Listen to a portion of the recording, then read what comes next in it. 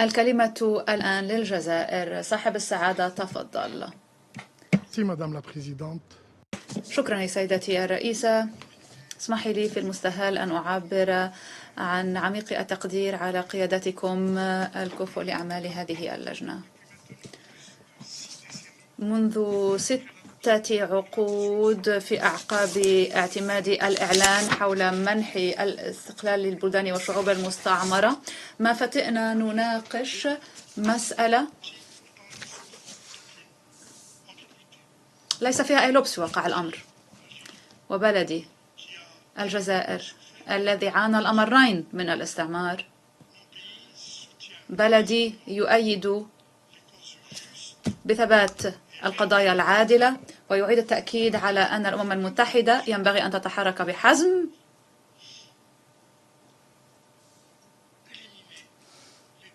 لإنهاء بقايا الاستعمار.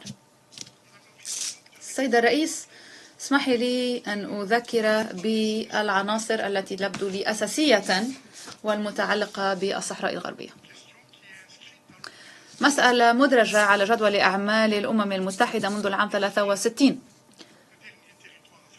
آخر إقليم أفريقي غير متمتع بالحكم الذاتي. أولا، مسألة الصحراء الغربية تبقى مسألة إنهاء استعمار، وهي مواجهة بين المغرب وجبهة بوليساريو. ثانيا، بعد 6 عقود من المناقشة بالجمعية العامة، كان استفتاء تقرير المصير الذي وعد به الشعب الصحراوي لم يحصل بعد، وذلك على الرغم من القرار 2229 الذي يؤكد بقوة هذا الحق الأساسي. ثالثا،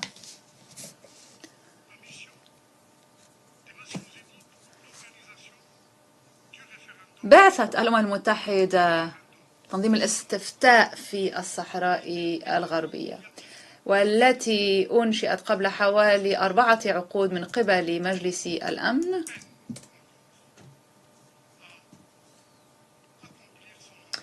إذن بعثة الأمم المتحدة للاستفتاء في الصحراء الغربية تعاني لإتمام ولايتها أي تنظيم هذا الاستفتاء، إلا أن مندرجات القانون الدولي واضحة، والفتوى أو الرأي الاستشاري التاريخي الذي صدر عن العدل الدولي في العام 75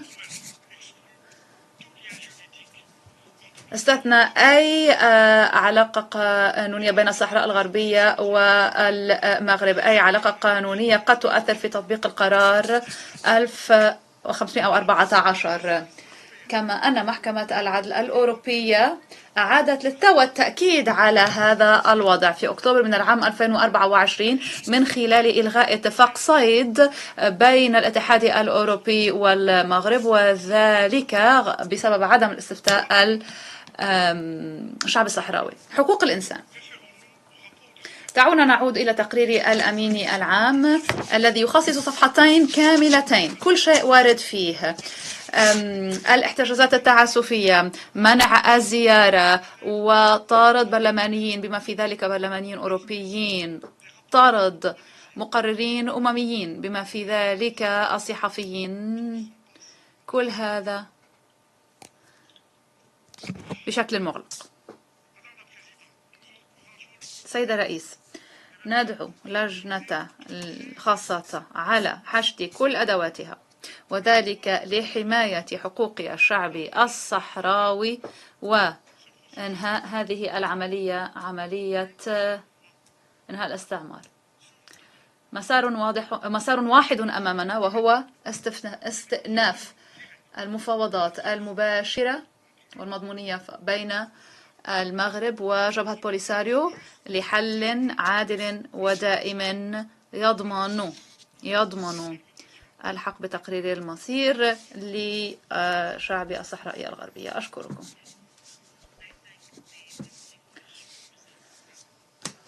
أشكر ممثل الجزائر الموقر. الكلمة الآن للمغرب، تفضلوا. شكرا يا سيدتي الرئيسة. في المستهل نود أن نحيي قيادتك وإدارتك المتميزة لأعمال عملنا باحترام للقواعد وللدول الأعضاء، ولك أن تعول على دعمنا الكامل. نشكركم كذلك على فرصة الحديث لتدخل على مسألة الصحراء المغربية. خلاف إقليمي مفاتئ يحظى بدينامية دولية إيجابية نحو حل سياسي واقعي براغماتي ودائم قائم على التوافق، وهذه الدينامية تترجم حول مبادرة حكم الذاتي منذ أن قدمت للأمين العام، واعتبرت كرد ملموس على توقعات الأسرة الدولية، وبالتالي تدرج بشكل كامل في سياق القرارات ذات الصلة من الأمم المتحدة. واليوم تؤيد أكثر من 118 دولة من أقاليم العالم جميعها هذه المبادرة، بما في ذلك القوى الاستعمارية السابقة بالمنطقة وثلاثة أعضاء دائمين بمجلس الأمن. لكن وهذا تناقض أساسي. نجد أن النقاشات في اللجنة الخاصة فتئت تقدم بشكل خاطئ مسألة الصحراء بوصفها مسألة إنها استعمار. هذا لا يعكس لا الحقيقة التاريخية ولا ما هو في الميدان ولا تقدم هذا الملف في مجلس الأمن ولا حتى رأي الأغلبية بالأسرة الدولية، بما في ذلك عديد الدول التي عبرت عن موقفها أمام هذه اللجنة حول هذه المسألة. سيدة الرئيس، لا شك أن اللجنة المعنية بتنفيذ القرار 1514 الذي اعتمد ب14 من ديسمبر 60 بالجمعية العامة له واجب أن يأخذ بعين الاعتبار من خلال غض الطرف عن آليات التنفيذ المتعلقة بهذا القرار، بما في ذلك عديد حكم الذاتي منذ أن قدمت للأمين العام، واعتبرت كرد ملموس على توقعات الأسرة الدولية، وبالتالي تدرج بشكل كامل في سياق القرارات ذات الصلة من الأمم المتحدة. واليوم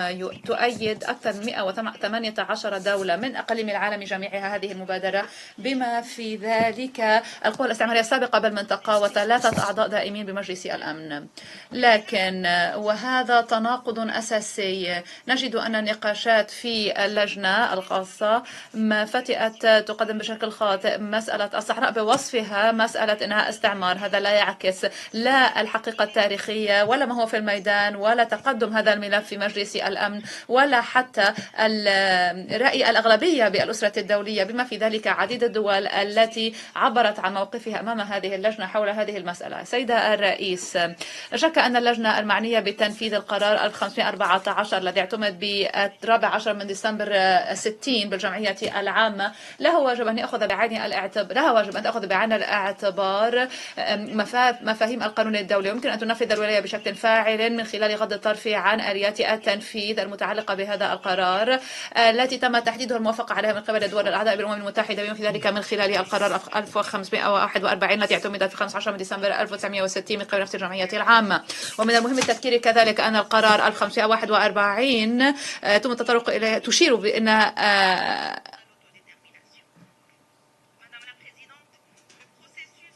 أو بالأحرى سيدة الرئيس، لا شك أن ما تقوم به الأمين العام وما ييسره موافعه الشخصي بدعم من جميع الدول الأعضاء بالأمم المتحدة يمكن أن يبقى رهينة التعنت دولة واحدة على حساب الاستقرار في الإقليم. هذا هو الاستنتاج الذي تم توصل إليه من قبل الأسرة الدولية وكذلك غالبية الدول دائمة العضوية بالمجلس، وبالتالي ندعو هذه اللجنة إلى مواصلة المسار الذي رسمته أعضاء مجلس الأمن. سيدة الرئيس، إن دولة جارة وهي طرف أساسي في هذا الخلاف الإقليمي تدعي أنها تناصر الحق تقرير المصير هي التي تعاقب منذ عقود أي حل واقعي وبناء وتتلاعب لأغراض سياسية وأغراض الهيمنة مبادئ ميثاق الأمم المتحدة. ونفس هذا البلد يتحدث عن انقطع الصوت عن المتحدثة.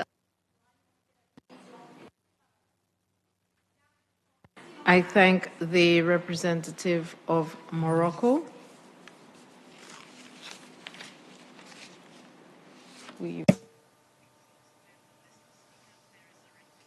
أشكر ممثلة المغرب. طلب على الكلمة.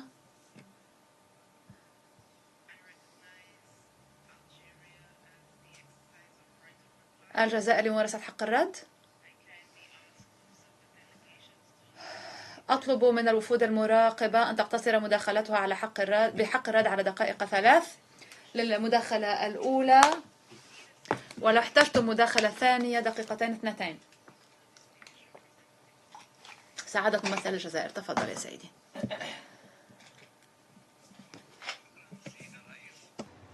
لن أرد بالتفصيل على مداخلة الوفد المغربي الموقر، جل ما فيها مستقى من وحي كتاب يسمى كيف تصبح مستعمرا شاطرا في أقل من 50 عاما، والباقي مستوحى من مخيلة مشبعة بقراءة مصادر لا ترقى إلى صفحة الكلمات المتقاطعة. تدخل الوفد المغربي الموقر يؤكد مرة أخرى ما قلناه سابقا، أنه مجرد محاولات في التحريفية وإعادة كتابة التاريخ وسياسات الأمر الواقع والدبلوماسية الصفقاتية.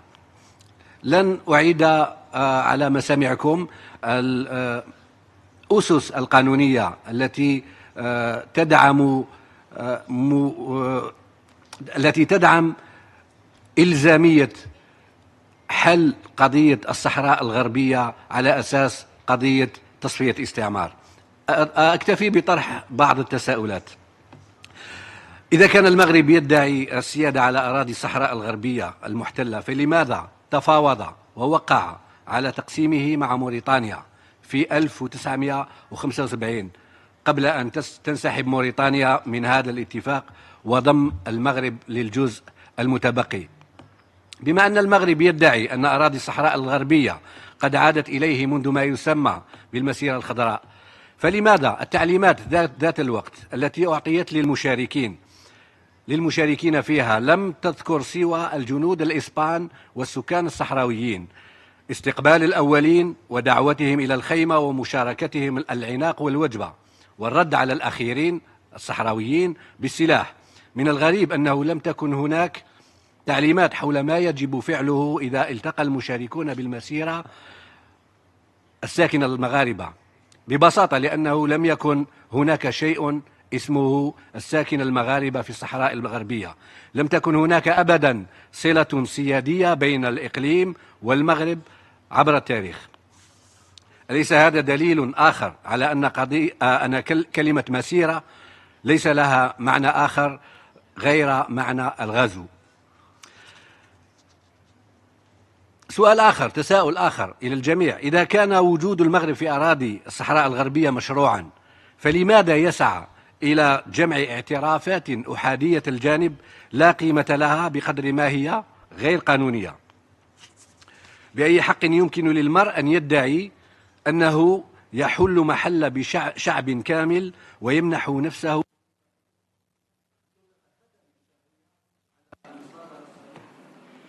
I thank the representative. أشكر ممثل الجزائر. الكلمة إلى المغرب لممارسة حق الرد. لكم دقائق 3، تفضلوا. هذا أول حق رد. شكرا السيدة الرئيسة. الوفد الجزائري استجاب إلى بيان مملكة المغرب مجددا، لجأ إلى سردية خاطئة انتقائية حول الصحراء المغربية. هو يسعى إلى التهرب من مسؤولياته القانونية والتاريخية والسياسية في هذه المنازعة الإقليمية. بذلك الوفد الجزائري يحاول عبثا أن يغير رأي المجتمع الدولي مع التغاضي عن دوره كطرف أساسي في مسألة الصحراء المغربية. السيدة الرئيسة، ذكرت الجزائر 5 مرات في القرار المعتمد في أكتوبر بقدر المرات التي ذكرت فيها المغرب، مما يجعلها طرف إقليمي في المنازعة، والجزائر اعترفت بدورها كطرف أساسي في هذه المنازعة. من هنا أهمية التذكير برسالتها للمجلس في 1975، حيث أن سفيرها السابق للأمم المتحدة قال إن الأطراف المعنية في مسألة الصحراء هي الجزائر، المغرب وموريتانيا. هذا موثق في تقرير مجلس الأمن 1180 لمن يريد أن يتأكد. الجزائر استجابت رسميا لكل مقترحات الأمين العام ومبعوثه الشخصي والمغرب. لم ترفض الجزائر رسميا الإطار أو الاتفاق الإطاري الذي تم تقديمه، فرسالتها إلى الأمين العام في هذا المجال مسجلة في تقرير الأمين العام لمجلس الأمن. والجزائر مجددا فرضت تدابير رد اقتصادية على الدول التي تدعم الصحراء المغربية ومن يدعم مبادرة المغرب للحكم الذاتي. والجزائر هي التي أنشأت ما يسمى بجبهة البوليساريو، هي موجودة على أراضيها، هي التي تستضيفها وتمولها، وهي تساعد في تمويل سفرها وتنقلاتها الدبلوماسية. هذا دليل آخر. الجزائر تنفق الملايين لتنظيم حملات ضد المغرب. لن أسمي هنا، ولكن اللائحة طويلة وموثقة لمن يريد أن يعرف. وأنشأت الجزائر وفاقمت المنازعة في الصحراء بسبب عدائها للمغرب وجهودها لتقويض سيادة وسلامة أراضي المغرب وطموحها الهمجية في أفريقيا لتحييد الانتباه عن مشاكلها الداخلية. التغاضي عن هذه الوقائع لا يشكل إلا غض النظر عن وقائع سياسية وتاريخية. شكرا السيدة الرئيسة. أشكر ممثلة المغرب.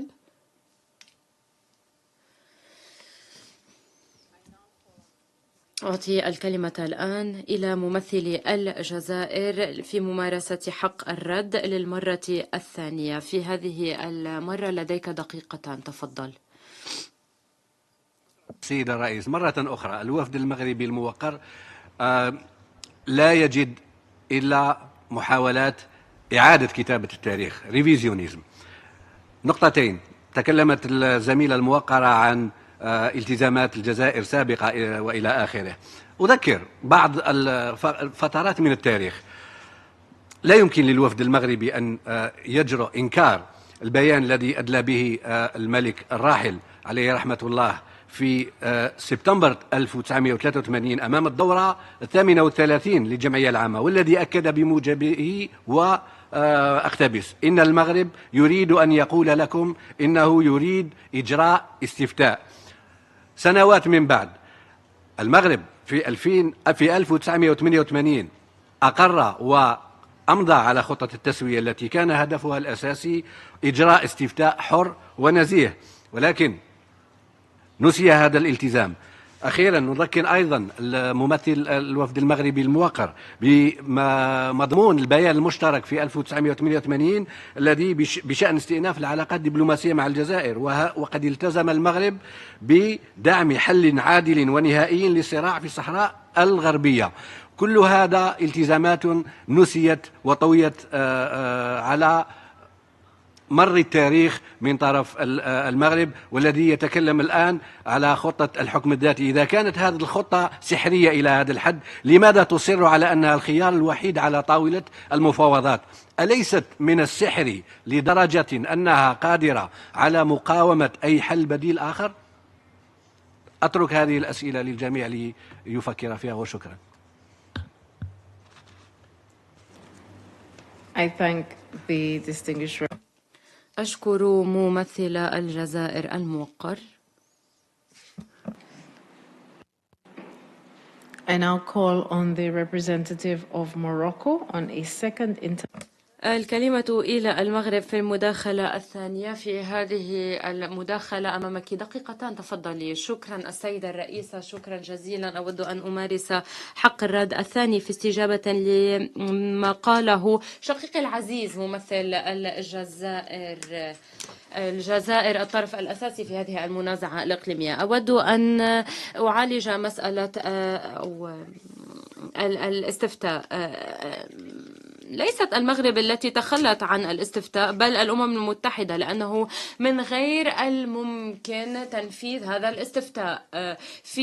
باللغة الفرنسية في التقرير عدم القدرة على تنفيذ الاستفتاء. عملية تحديد الاستفتاء فشلت ليس بسبب تدابير المغرب بل لأن الجزائر والبوليساريو سعتا إلى إضافة عشرات آلاف الأفراد على قائمة المقترعين الذين لم يدخلوا الصحراء المغربية حتى. ثانيا، المزاعم بأن الصحراء المغربية هي المستعمرة الأخيرة في أفريقيا، وهذا ما قيل. هذا ليس فقط خاطئا بل أيضا هو وصمة وصفعة للقارة الإفريقية.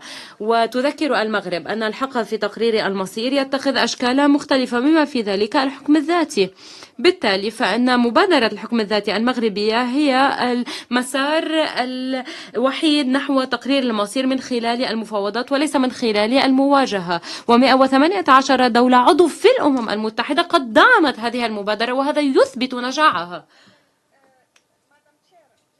السيدة الرئيسة، أخيرا وليس آخرا، مسألة المجلس، فالزملاء ذكروا مسألة القنصليات. هذه ليست مجرد إعلانات صادرة عن الدول الأعضاء بل هي وقائع دبلوماسية ملموسة حققتها الدول الأفريقية والعربية. نكران هذا الواقع انقطع الصوت. I thank the distinguished representative of Morocco. أشكر ممثلة المغرب الموقرة.